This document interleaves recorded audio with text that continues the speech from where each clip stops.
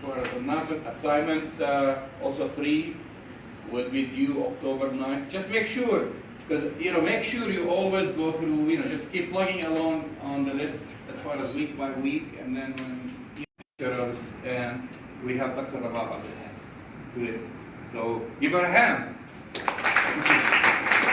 Hi, good afternoon. Thank you, Jamal, for hosting me. I always begin by acknowledging that we are meeting on stolen indigenous Orori land. We need to recognize that and acknowledge that people don't know what I'm talking about.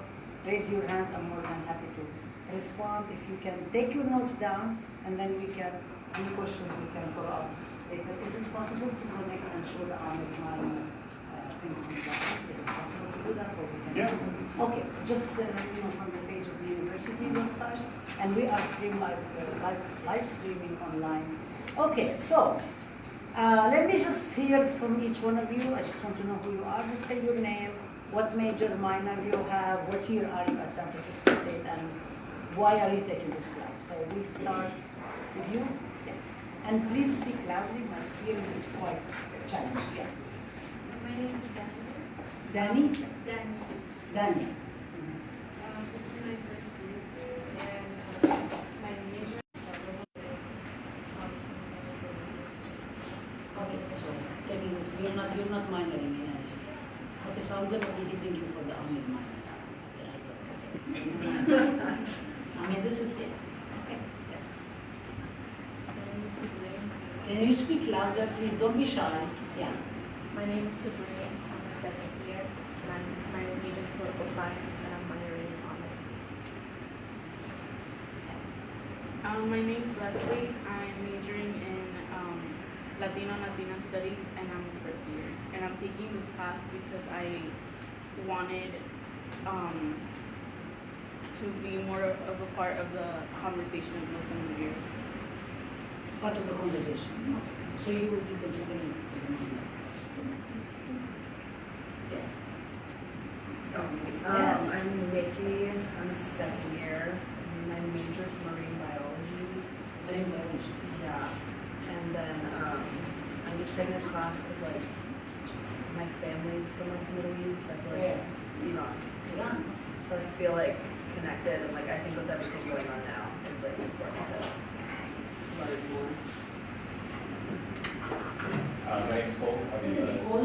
Cole. C-O-L-E. I'm a second year cinema major. I'm taking this class because I guess every year the subject feels more and more relevant to my life and everyone's life around me. Hi, I'm Xander. I'm first year. What's your name? Xander. Xander. I'm majoring in sociology, but I'm going to change it to psychology.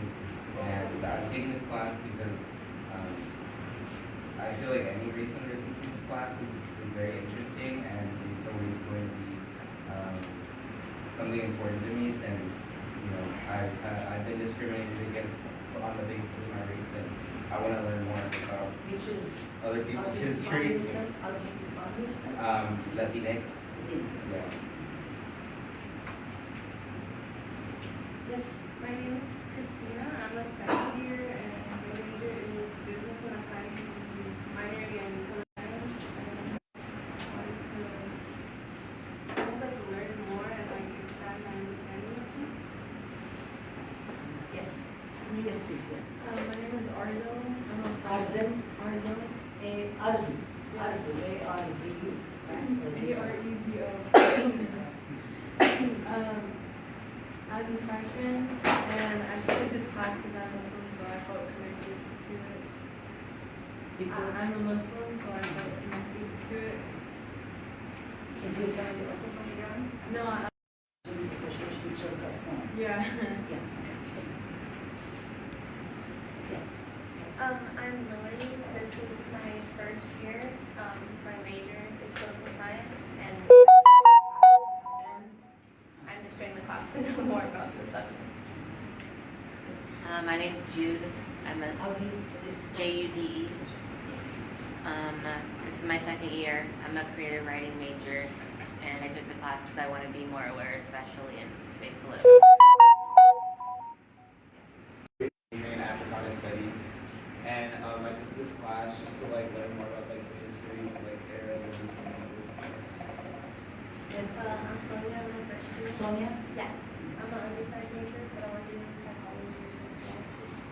And I wanted to learn more about my culture and the Middle East. Which is? From Iraq. Iran. Okay.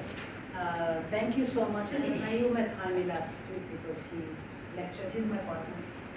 So and oral histories and so on, because I actually think it's a very important part of education to kind of figure out something. We talk about the politics of location, where you're coming from, who you are, what is it that you're studying, what made you come here, and so on. So that in itself is actually really, really important. As most of you who saw the film yesterday, The Enemy Alien, not yesterday, Monday, you know that a lot of it has to do also with biographical information, that the director himself learned a lot of things and discovered a lot of things about himself in the process of making into social sciences. And you probably will be doing field research and so on, and if you are doing creative writing as well, anything you are doing, it's really important to kind of reflect who you are, where you're coming from, what's your relationship to what you are doing, not because you want to get locked into identity politics, but because it's really important to kind of figure out where the word, and also be transparent and be open about what you are doing, why you're doing it, how you're doing it, and so on. A lot of people don't say, I am from. And when I'm in my classes, I usually ask students to fill out, and I actually do it intentionally. Yeah, they did it, yeah. So I don't ask, and see people say, I don't know what I'm going to say, and it's specific. A, because it's illegal actually to ask about the boxes in the census and so on, so I really don't want to do that. But I also want students to think about how you think, who you are. How do you think about who you are in your place? Why are you at this university? What are you trying to do? It's never ever just direct forward. I mean, sometimes you want to go to college, but even deciding to go to college, that's also a decision that is tempered by a whole lot. I mean, people finish high school, they should go. One of them has to do with citizenship status, and you know, at San Francisco State, actually, we do not ask what's your citizenship status or so on. We do not only we do not care, actually we do care about protecting people who might be undocumented. And we took an oath, many of us, faculty members took an oath, that we will protect our students and we will not allow our students to be segregated. Another part of it has to do with finances, sometimes has to do with language, all sorts of reasons. So it's never straightforward that you just go to college just because you finished high school. You should be able to get as much education. It's important to be very deliberate about all the decisions we make and so on. And in AMED, we are very deliberate. So I'm really happy I asked about this. My goal is to both discuss with you, AMED, and also get you to fill out the manual form and become part of the AMED Studies program. Why? I'm done learning formally. I've gotten all my degrees, finished. I don't have any more degrees to get, right? I'm done. But learning, you never finish learning. You die and you're dead, that you also learn. You're learning all the time. You engage with each other. It's true that we, the faculty, have more expertise on a particular topic we're teaching, but that doesn't mean that the process of learning is not a process in which students in the class are also engaged. So everybody brings something to the table and comes in it from different perspectives, and then together we will learn. By the end of the semester, you are such a different person. And I'm saying we, all of us, also including the faculty, we're very different people from the beginning of the semester. And sometimes it would be really interesting to kind of look at your info sheet and say at the end of the semester, do you want to revise the answers you put into it? Is there something new that you've learned, and so on? And so for me, I do this because I love learning, I love teaching, I love being engaged with students who really want to engage and so on. And I'm very committed to this topic. Because for many reasons. One is because I think it's really important, many of you have highlighted, it's very important for us to learn about marginalized communities that are not talked about. It's very, very important to talk about marginalized communities actually at the time when they are being targeted and further marginalized. It becomes actually essential. It's a requirement for them to be able to have discussions at the dinner table or at a cocktail party or like hanging out with friends and so on. That's important. It's important to actually know and learn and so on. So I don't subscribe to the politics of the occupier of the White House who thinks less to know is better. I think that's a very problematic recipe that actually is destructive to everything that justice, a different way of life, responding to each other, mutual understanding and so on. So that's, so I think more it's really, really important. It's also, so we started the AMED Studies program. I was hired in 2007 to come to San Francisco State University. I was the director of the Center for Arab American Studies at University of Michigan, Dearborn. Just to know a little bit about me, I don't know how many of you know and how many of you have Googled or have, I know Professor Dajani did not say, did not speak yet, right? But I was born and raised in Nablus, which is a Palestinian city on the West Bank, just to know the geography, not to separate the West Bank from other parts of Palestine.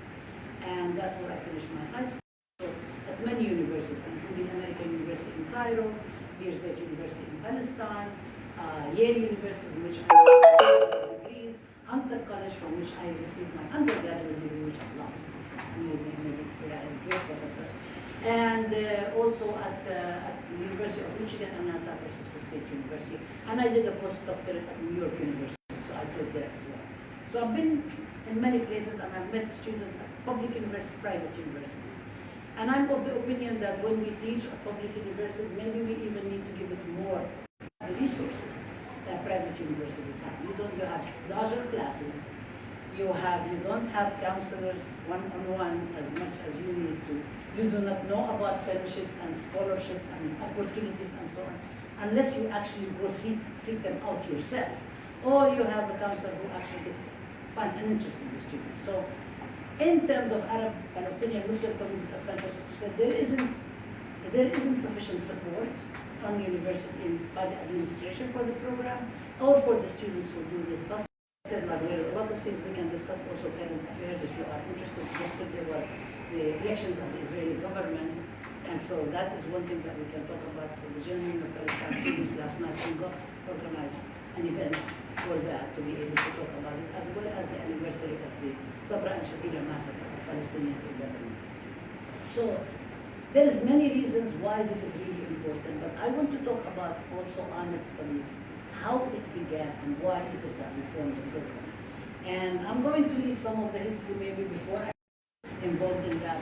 But the AMED Studies program came about as a result of a very long time. Student, faculty, and community activism and organizing.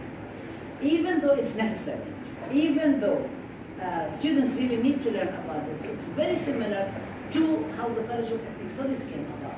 College of Ethnic Studies came about in 1969, we're celebrating now the 50th anniversary, because in 1968, students led by the Black Student Union and the Third World Liberation Front, how many of you know about this history?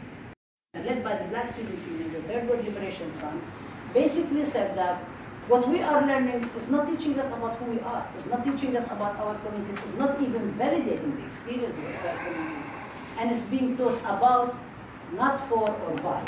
And we need to fix that. We need to do it something differently. So they had the longest strike in the history of the United States, the longest student strike in the history. They stood and they demanded decolonizing the curriculum. They demanded studies about their communities and so on. And then after almost a year of struggle, the university, one university president had to resign. I mean, this is how strong the students were. And they had support from faculty, they had support from union, they had support from people outside of the university. They had a whole committee that was only focused on bailing students out who end up being arrested by the police. I mean, there's a whole, and you want to know more about it, and I hope you do. In October 7th to the 11th, there's going to be a whole week of activities here. On October 7th, this so please show up and come. And actually, we have class in the afternoon in both our classes. On Monday, we're going, I don't know what you're doing in this class, but on Monday, we're actually going to have one of the leading strike leaders coming to speak to us, as well as younger students who were involved in 2016 in the Defend and Advance Ethnic Studies. So we're going to be hearing historical, oral histories, as well as engaging in the discussion, what happened in the 50 years, what still needs to happen, and so on. So we're very much like that. So the university basically finally said, okay, we want you to end the strike, and we would like to give you, the students wanted a College of Third World Studies. The university gave them a College of Ethnic Studies. There is a lot of discussion about that. I'm not going to get into it now because we don't have time, but we will be doing it during that week. So we have Our AMED Studies is involved on Monday the 7th. On Wednesday, our classes we're going to be talking about this. On Thursday, there is a whole one-day conference that is organized by the College of Ethnic Studies. We're going to be participating in it. On Thursday, also students, former students are going to come and speak. We're going to be speaking about Ethnic Studies Task Force. We're having a meeting and we're talking about our own experience as well as hearing about the experiences of everybody who was involved in it. So some of the people who bailed out the students are going to be speaking on Monday the 7th. There is the strike leaders. There is a lot of footage. There is a lot of the stuff available on DIVA, part of the archive and so on, so you can check it out. It's very, very important history. So what we're doing, AMED Studies, is sort of the last kid on the block. He would always say that AMED is the last kid on the block. That in 1969 they formed the College of Ethnic Studies with the 4 departments: Africana, Asian American, American Indian. That wasn't Latinx, it was Rasa Studies, and was changed to Latinx Studies for specific reasons later, 3 years ago. And this is the 4 departments. And then now we have another department called Race and Resistance Studies, in which our courses are housed for the time being until we are able to build our own program. So we were supposed to, on the basis of which I was recruited to San Francisco State University. And it is because this is very important part of humanity. There are almost 2 billion Muslims in the world, right? There's 200 million Arabs. There are 11.5 million Palestinians. We're not sure how many. 300 million Arabs. 11.5 million Palestinians, plus or minus, because Palestinians are diasporic, so not everybody actually has a Palestinian. Very few people have Palestinian passports, if you Latin American. And we're part of what is called third world communities or communities of color here in this country, right? Not indigenous here, we're indigenous in our own lands, but when we come here, actually we're part of communities of color. I mean, that distinction is really important. There's indigenous communities and there are communities of color. They're all part of the College of Ethnic Studies, but it's not exactly the same. So the experiences of people, it's really important. This is the, you can see it. I don't know how many of you have seen it. How many of you have seen it? Can I see a show of hands?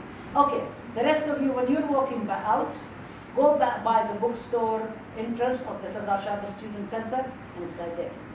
And maybe at some point in November, Genuine of Palestine Students is doing the memorial of the anniversary of the mural, and you can look at it and you can see every symbol that it does. And actually, Susan Green is anti-Zionist Jewish office, and they painted the mural together. And so she is going to be coming teaching the class. Dr. Awais is going to come in and out, but he's not available to teach the class. But she is actually one of the people who painted it. And they can discuss all the stuff that was going on. But when I came, there was a standing between the students and the administration. So we actually gathered the community in AMED. And the reason we thought it's important to gather the community, because we thought it's really important for the community, the students, the faculty, the staff, to everybody come together and have a discussion about what we want to do. And the administration at that time objected to 2 symbols of the mural that were used, they're no longer here. One is the figure of the Palestinian cartoon character, Hamdallah, cartoon character, that the university felt was a threat to its being. The university president was traumatized by a little cartoon character, and I'm serious. I'm telling you this, going around the dress and everything, who was holding in one hand a pen, because education is really important, especially for people who are diasporic. A very known statement by a Palestinian writer who was assassinated, named Ghassan Kanafani, and he wrote something called Al-Kalima al-Bunduqiyya, my word is my gun. This is the power of the word and the power of learning and so on. And on the other hand, he is carrying a key, and on top of it is written Al-Awda. Al-Awda means return. So the university was traumatized because pro-Israeli groups outside of the university objected and said this is something that's anti-Semitic. We did not think there is anything anti-Semitic about it. We did not think that the cartoon character actually threatens the university or anybody. But at the end of the day, we decided as a community to compromise, take out Hamdallah and the key out of it, and put cactus in its place. Because cactus is a symbol for Palestinian destroyed villages. When you go and find Catras, you know that the village was destroyed, one of the 532 villages. So this is, and then the day of the mural inauguration on November 2nd, 2007, all the Palestinian students who were involved in the mural and all their allies from different student unions, so they all came wearing t-shirts with Hamdallah on them. So the memory of Hamdallah actually continues very much alive, and we hope at some point we will be able to repaint Hamdallah on the mural, because it's a painting. Nothing lasts forever. We can actually change that fact. So as our knowledge advances and our struggle for justice advances and so on. So that was one of the main struggles we were dealing with. Maybe we should, because if you talk about the struggle, we can backtrack it, we can talk about the creation of AMED, because the whole concept. Why don't you speak about that? Yeah, I'll speak a little bit about it. This is kind of he was involved. Yeah, so this is, we always have watershed events. So when you talk about the spirit of '68 and the big strike, and why the strike happened, and what it led to the creation of the School of Ethnic Studies and the 4 departments, and then as Dr. Rabab Abdulhadi was saying, AMED got into the intentions at some point AMED will become the 5th department. The idea behind it is just think about it when we've been discussing, and we'll be discussing a lot of things, we'll be discussing, the Patriot Act, for example, and all these different draconian laws that have been created. But after 9/11, students of Middle Eastern heritage or Muslim students on campus were getting harassed, and they were getting actually physically attacked and verbally abused, and they felt in many cases that they weren't welcomed on campus. At the time, we have a cultural center. It's actually not too far. It's on 2 Plaza Avenue, which is in next to the Forest Hill train stop, the Muni stop. So it's not too far from here in the Hammond. So at the time, we were getting a lot of our youngsters, basically students, coming and complaining either themselves or through their families, and also the students on site like GUFs and others were getting active, and they were getting pushback for this abuse, but also they were getting met by attacks by Zionist groups on and outside this campus.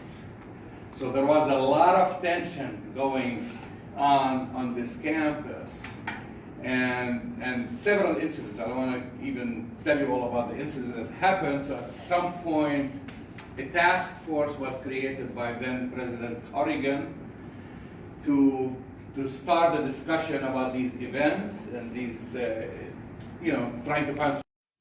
The community started to demand finding number one, a safe space for our community of students here, and B, try to start educating the general student body about Arabs, Muslims, Arab Americans, Palestinians, the different struggles that these communities have faced, or their parents have faced, or grandparents have faced. And this was kind of the beginning of the creation of AMED, and there was a lot of resistance, a lot of forces, a lot of powers who didn't want it to happen.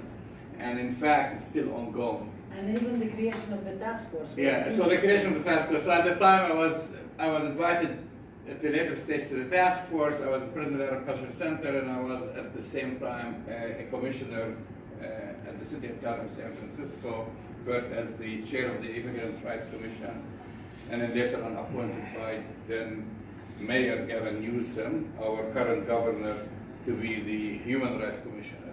So that's how I got to attend all these meetings and also apply the pressure, of course, the students. And then the approval came, and we started, or they started that here was on in campus. 2002. In 2002, then took a long time until we got the green light to start looking for a qualified, high caliber professor to help identify someone who would come and lead this effort. And Dr. Rabab Abdulhadi got hired for this position. Yeah. And so when I was approached in 2005, when I was at the Center for Michigan, I built the program. I was was not approached to apply myself. And I said, of course, I'm very excited. I want 100,000 programs in every single university that think the way AMED is constructed, and I will mention in a minute. And I basically said, yes, I will come, but at the end, when we had finished the discussion, the dean, actually the College of AMED Studies, Dean Montero, says to me, would you consider applying? After maybe a few months of discussions and so on. And I said, yeah, if you can match the conditions I have in Michigan and give me, more importantly, critical mass, so I can build the program. And he told me at the time, we have 12 faculty members who will be steered. And I said, yes, but I want my own faculty. So and then, they met a lot of my conditions, and we got 2 other faculty members in my contract. They could not meet the conditions for my salary because they could not match the standard of living of Michigan. They thought they would broke. I said, okay, I'll take a cut in my salary, because I think this is really, really important. The problem is that since we started in 2008, 2009, the former President Corrigan was again pressured by pro-Israel groups over an event that the Palestinian students were organizing on the anniversary of the mural. And they brought a speaker, and the speaker was none other than Omar Barghouti, who was a co-founder of the Boycott, Divestment and Sanctions movement. And the pro-Israeli groups protested. They wanted the event canceled. The president did not cancel the event. He said, this is academic freedom, people can say what they want. But he canceled the searches we were doing to hire 2 other faculty members. Now we're talking about 2008, 2009, 2 years into the program, because there was nothing. We were starting from scratch. And actually they wanted to call it Arab Islamic. And I said, you don't say Islamic people, you say Muslim people. There is no such thing as Islamic. There is Islamic literature, there is Islamic jurisprudence, there is scholarship, but you don't say Islamic people, you say Muslim people who believe in Islam. And you don't say Arabian, it's the horses. You don't say Arabic, it's a language. I mean, there is all this kind of like misnomers and so on. So you need to kind of pay attention to all of this stuff. So when we were actually ready in 2009, canceled the searches, and proceeded upon retirement to delete them completely from the budget. But when we started out doing it, the reason we started doing the program is because we thought this is really important. And the way we characterized the program, and this is why I was so excited about it, because it's Arab and Muslim ethnicities and diasporas. Nobody likes a long name. Nobody, especially in the soundbite, Twitter, Instagram, everybody says people don't have a long attention span and so on. I kind of like want to argue against that, because I think we really need to think and discuss and know about histories and so on. Maybe in small doses, but we need to do it. But the reason we have a long program is because we want to account for Arabs and Arab majority and minorities within Arab majority. So we want to be able to not only speak about people who identify as Arab, we want to be able to speak about people who are quote-unquote ethnic or national minorities among Arab majority, such as the Kurds, the Amazigh, the Armenians, the Greeks. There is multiple ethnicities within. We really need to be able to respect the self-determination and identification of people who are part of this course. We also say Muslim, but also we were not only talking about Muslim people, we actually talk about Muslim communities, number one. Because when they said Islamic, I said, do you have 15 professors to do Islamic jurisprudence? They said, no. I said, okay, so we don't call it Islamic, we call it Muslim, because we talk about social interaction. And we talk about Muslim majority communities, but also non-Muslim religious communities within Muslim majority. So we need to be talking about Christians with all the variations and denominations. We need to talk about Jews who have historically been part of Muslim world. We need to talk about people who are non-monotheistic religions, so Zoroastrians, Hindu, Sikh, non-believer, atheist, agnostics. We need to be able to think about religious plurality. The same way we need to think about national and racial and ethnic plurality. And we need to think about, not do it in area studies, because if you think about Middle East studies is area studies, focuses on a particular area called the Middle East. And I don't use this terminology because to me it's very colonial. Because Middle of the East for whom?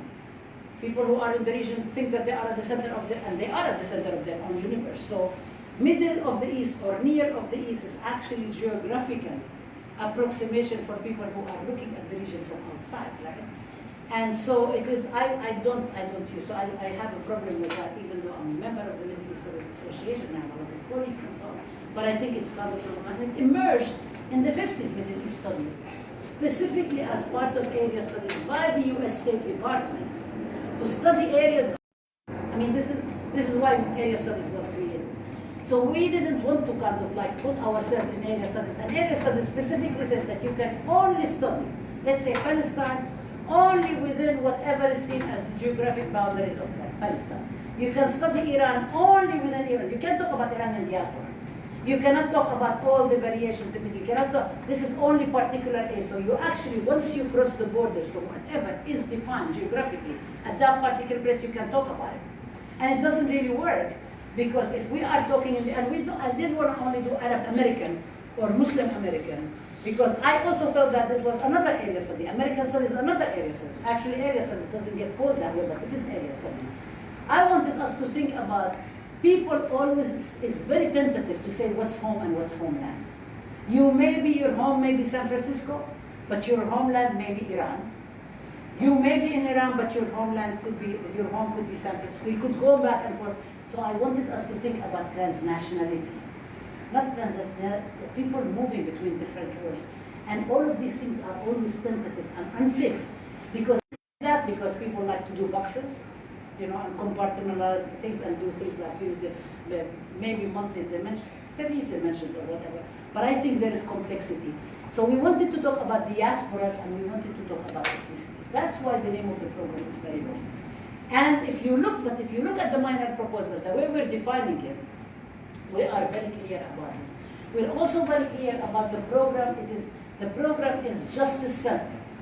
So the program is not what people say value-free, kind of like you can come in and everything is okay and so on. No, this program is justice-centered, along with the tradition of why the College of Ethnic Studies came about and why the strike in '68 took place. So we are not, we teach everything. We teach right-wing, we teach white supremacy, we teach, we teach writings by hate groups and so on. But that's not the goal of the program. So it is, and this program has been approved. It's been approved by the San Francisco State Senate. It's been approved by CSU. It's an actual official minor. So justice-centered knowledge production is part of what we do. So when people come and say you need, and yeah, we teach about everything, it's fine. Students can come with all viewpoints in the classroom and so on. But that's not the goal of the program. That's not what the program aspires to do. It actually lives up to the spirit of '68 and what are the goals of critical ethnic studies. So this is why it's long. It takes, but I invite you to look at the minor proposal and so on. So what we did is, despite all these attacks that happen again and again, taking away our faculty, we have no administrative assistant, we have no operating budget since 2010, 2011, none. Okay, so all of it is volunteer. This is really what you see. Okay, but I also have students who are quite active. I have community who is very engaged. Community, and when I say community, we talk about community of justice. We're not talking only about Arab, Muslim, and Palestinians. We're actually talking about the community of justice. That people, you saw them speak at their Constitution Day, and I don't know if you attended all the events, but we have really, this is how we survive. It's a collective effort. And so we got the minor approved in spring 2015. We have 22 courses. Not all of them show here. There is some courses missing. Oh, actually they are. Yeah. So we have. As you can see, there is all sorts of courses. What we try to do is and I want to tell you a little bit about the minor before I talk about the other aspects of the program. So we have, the 2 core courses are required, is the Introduction to Arab and Muslim Communities, RRS 101, and this course, 255, Lives in Exile, Civil Liberties of Arabs and Muslims post 9/11/2001. These are the 2 core, you have to take them for the minor. And we offer them, like the fall we'll offer 255, in the spring we will offer 101. So you can take either one of them. Sometimes we offer them in the winter, sometimes we offer them in the summer, and so on. And then you have to take 3 other courses. This is 2 courses. We have, from 15 credits, 3 other courses you need to take. And there are 3 different, if you can go, Jamal, back in the minor, if you can go up to the minor, and it goes, here. And you will see, and if you can, bulletin, and then go to the minor.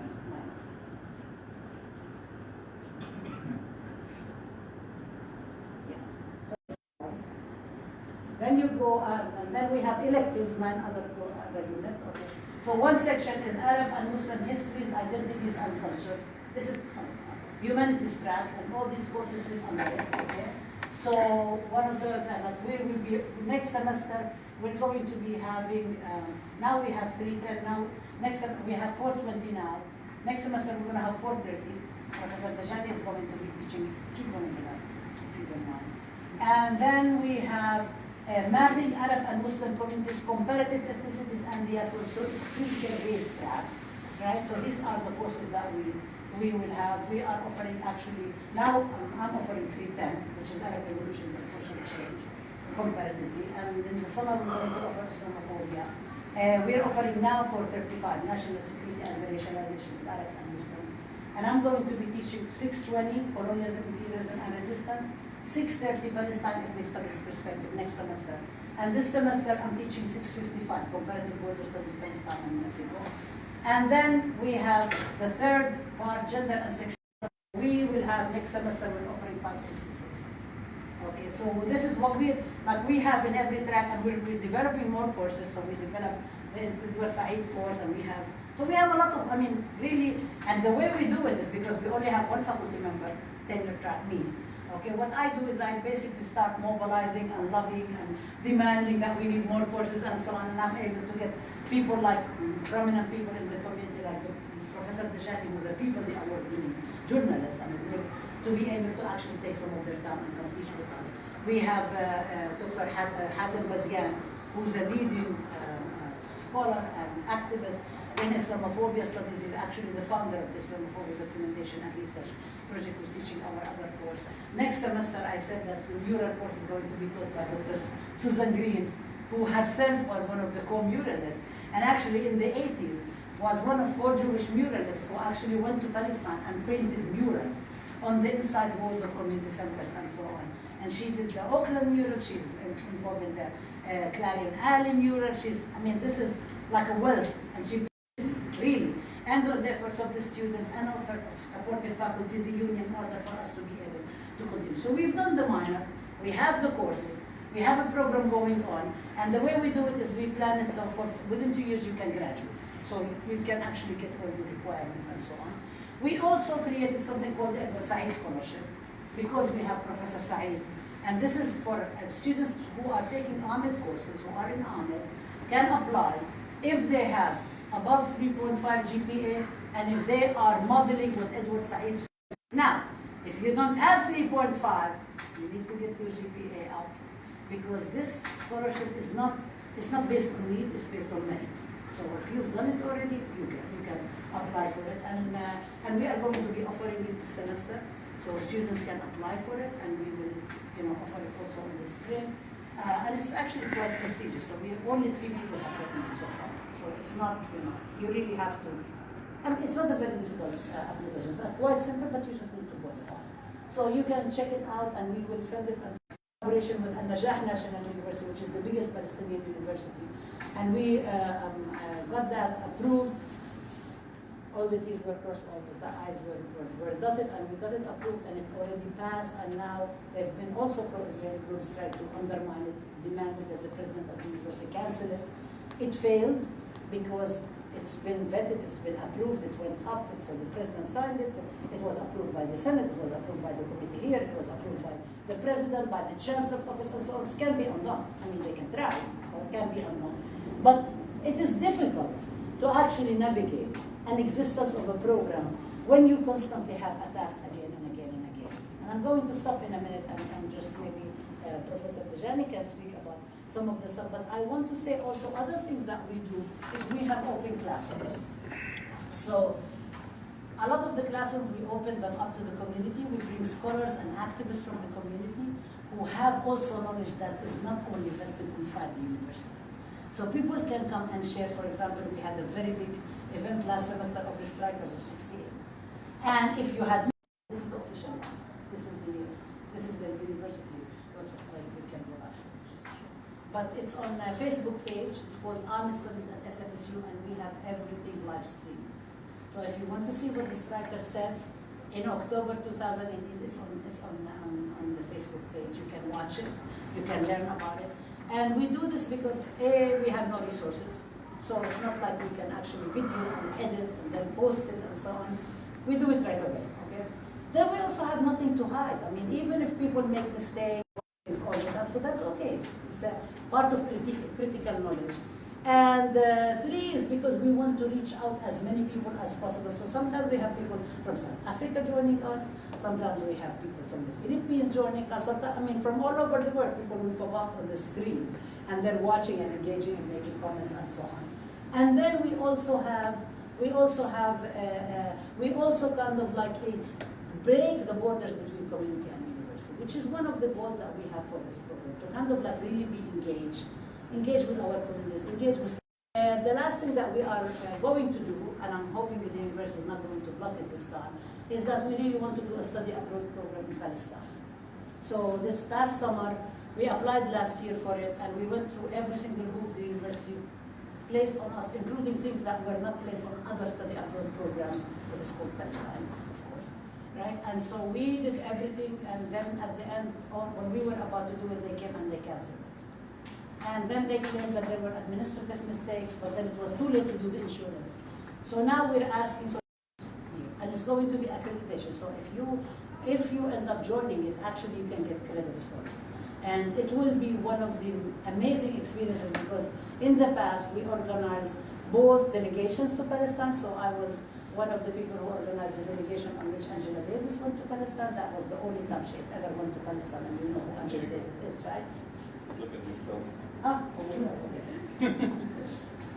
But so, and then we had actually a teaching with her in 2011 here at Jack Adams, and the teaching is online. So if you want to watch and hear what she had to say and so on, it was along with other scholars like was Jamal. So the reason, by the way, just to say why we have this, I know it's distracting, Very weird. but this is our kind of chief technology to kind of create these open classes. I mean, there are people who would like to watch these lectures, and of course we can't use the streaming, whatever thing at the university, but believe it or not, we have people from all over the United States, abroad, and you know. And by the way, like tomorrow, you can also watch Dr. Rabab Abdulhadi on my radio show, which was streamed live on Facebook. And what's the topic we're going to talk about? The Israeli elections? Yeah. So it's always whatever happening, kind of like, you know, that's, I know it's distracting. And this is one of the ways actually of democratizing knowledge. I mean, this is one of the ways also of students, let's say, you're unable to go to one class or another. I mean, we want you to be in the classrooms all the time. But let's say something happened with you, with your family, with the traffic, or whatever, and so on. You don't miss out. You can watch it accessible. To the best way, rather than using the social media to just send sound bites. Actually, what we're doing is we're using all means possible to kind of reach out, connect with the multiple people that we know and we don't know, who actually might be interested. So I just wanted to wrap and make sure that they have time to ask questions. Yeah, I'm going to stop at here. I'm not only going to ask you for questions. I want to ask you to comment. Oh, did you want to say something? No, I'm saying that I think the class finishes. So I'm going to ask you to comment.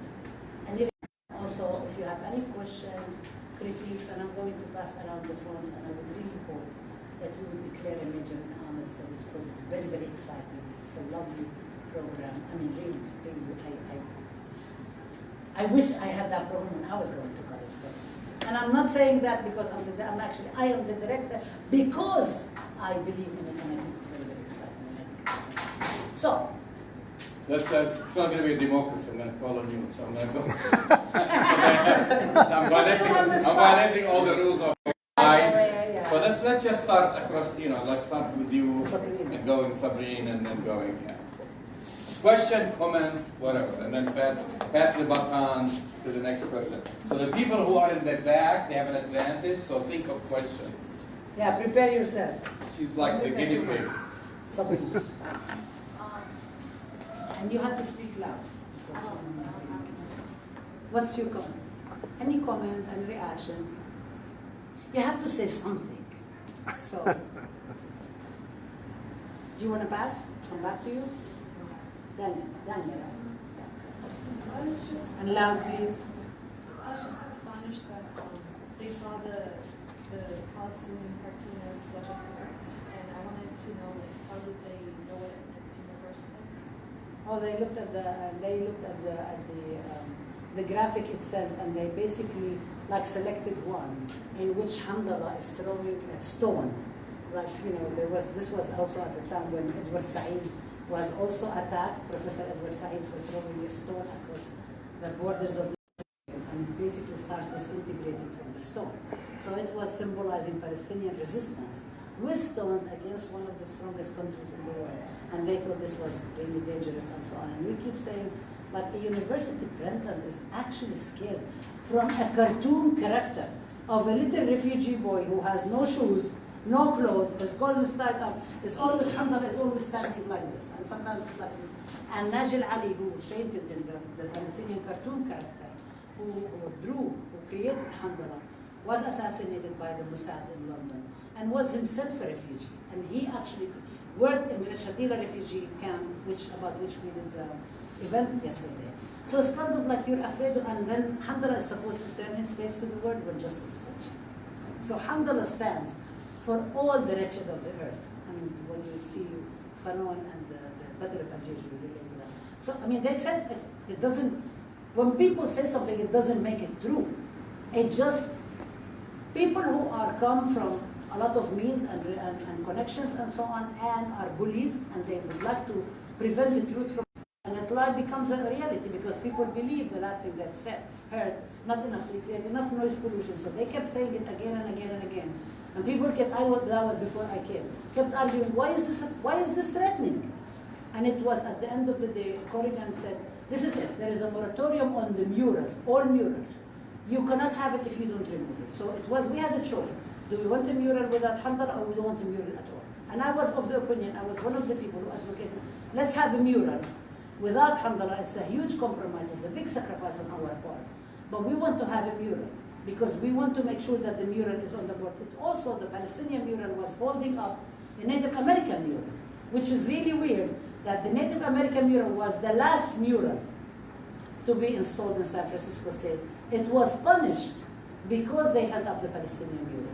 And the funny thing is that Skins, which is the Native American student organization, told GOPS, hey, said, we're going to do a mural. Why don't you have a mural? And the Palestinian students said, oh, that's a good idea. So they started working on it, and then they were, Skins was punished as well as a result. So we compromised, but we made the right decision. But the way in which, resistance has no bounds.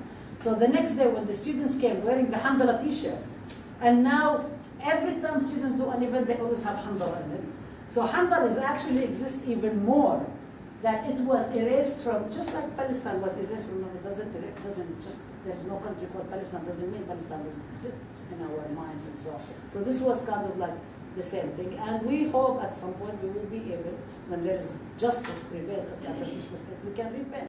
No, we're going there. Okay, yeah, you're a professor. We're going this.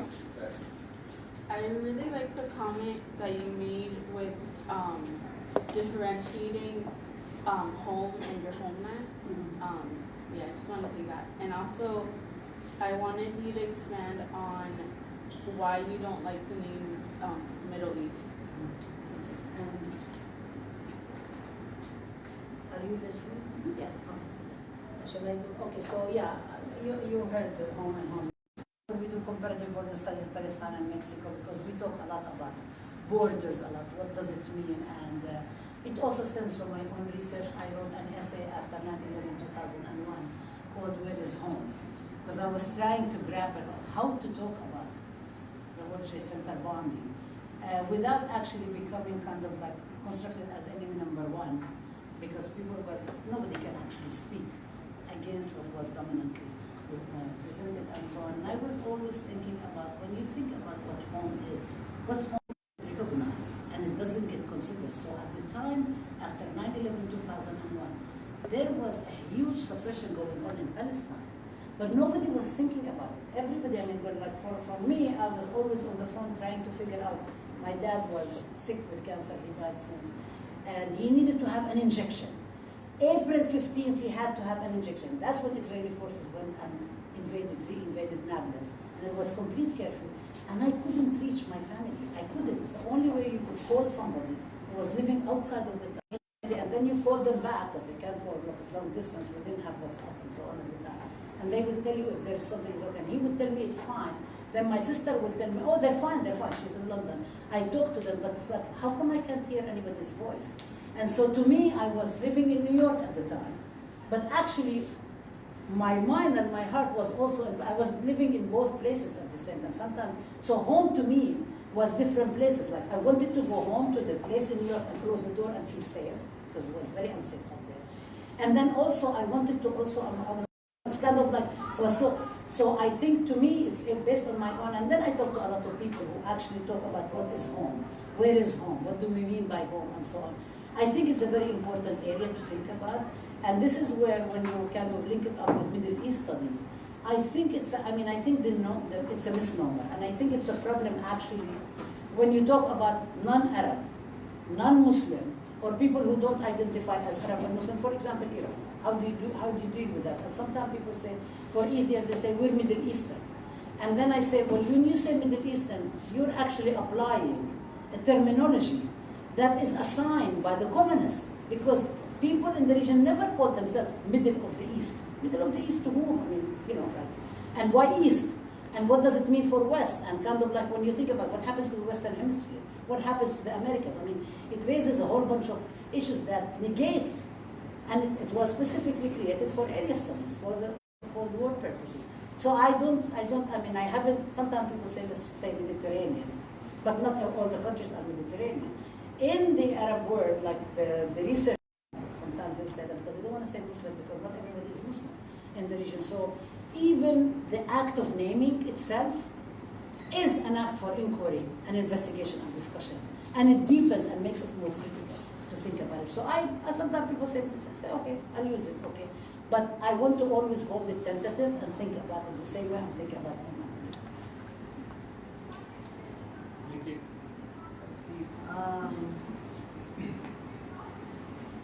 Can I just say a comment? Yeah. Okay.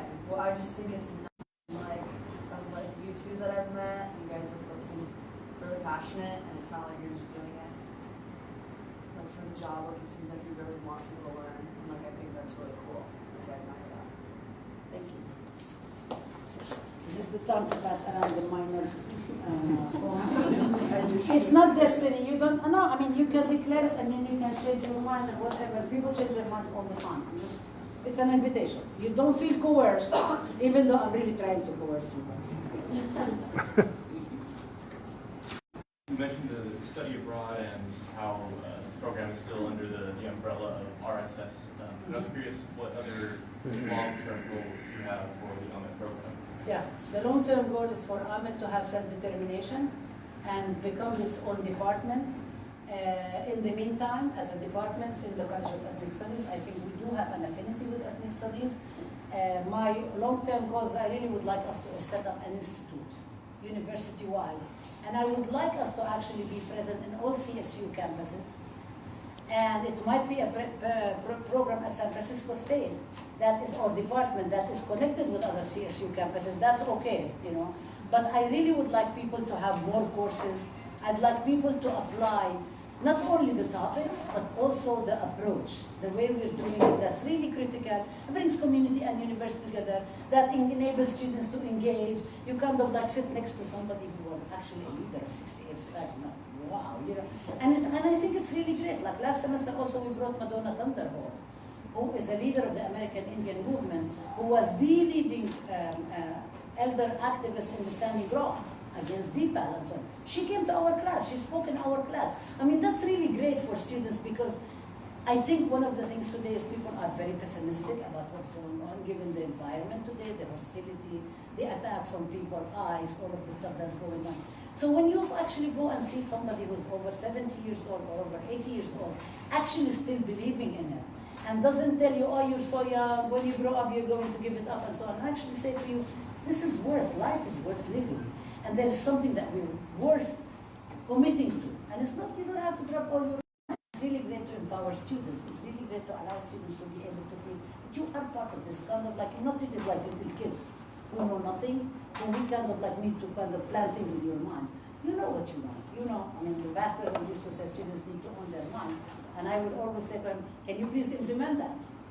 I mean, if you really believe students should own allow them to own their minds. Don't keep owning it. Don't keep surveillance and so on. So yeah, so this is kind of like the long, I mean, this is why I was brought here. This is what I was asked to do.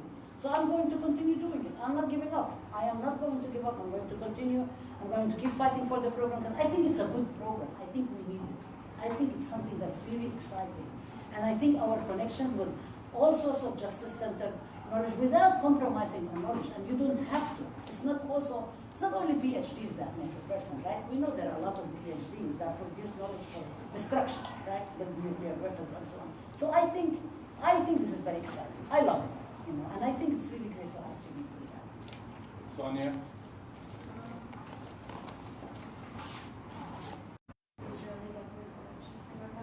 Yeah, they participate. Yeah, they participate. They can. Palestinians who have Israeli citizenship can participate in Israeli government elections. They can vote. But Israel has passed a law last summer in which it made Israel, it actually legislated Israel as an exclusive Jewish state, where democracy is only applicable to Jews in Israel who are the only ones who exercise self-determination. And down but voting is just, let's say, it's very similar to, let's say, Puerto Rico, which is colonized. People can vote, right? Puerto Ricans can vote. Right? Not on the island. Oh, you can. Okay. Not on the island. Not on the island. Puerto Ricans can vote in the U.S. In the U.S., in yes. the U.S. elections, but then they can't even determine their own future. If you're born here. So there were Palestinians. There was a unified Arab list. Tomorrow we're going to talk about it on the show. On the show. And I'll put a link for it to either watch it live, and if you can't watch it live, it will have the link. But in short, 4.75 million Palestinians who live between the Jordan River and the Mediterranean Sea are excluded from the voting, even though Israel controls the whole area by land, air, and sea. So 4.75, and only about 1.6 can vote. Who have Israeli citizenship. Who have it, so 4.75. So that's why you hear the kind of the. And not Israeli ID, Jerusalem. No, we can't. Jerusalem who have Israeli ID can vote. Well, Jerusalem ID can vote in municipal elections, but not in Israel. No. They're controlled, but they're not. Yeah, we'll discuss it actually in more detail. Which also relates to the conference yesterday about the whole question of the citizenship and constitution. Jude. Sorry. I will try to give everyone a chance before. I really like the part in the very beginning where you said it's a necessity and not a luxury to discuss marginalized communities. Because I think like before I came out, before I was like, oh, like realizing things about the world, I was very sheltered. And so I was like, yeah, it is a necessity. It's not just a luxury. Marginalized people, we talk about all marginalized people. So we also have a big emphasis on gender and sexuality, justice, we have emphasis on labor, we have emphasis on poverty, we have emphasis on people who are in prison, and so on. So we actually talk about all of it, and we try to make the connections that actually makes it make sense, in an academic sense, and in ways that we connect with the community. Thank you.